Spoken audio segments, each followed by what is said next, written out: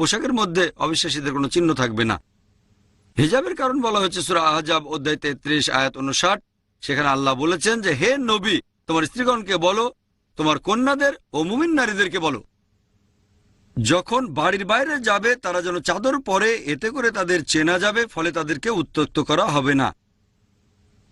মনে করেন দুজন যমজ বোন, তারা খুবই সুন্দরী, দুজন একই রকম সুন্দর। ধরেন তারা বোম্বের রাস্তায় হেঁটে বেড়াচ্ছে, মনে করেন পেডার রোডে।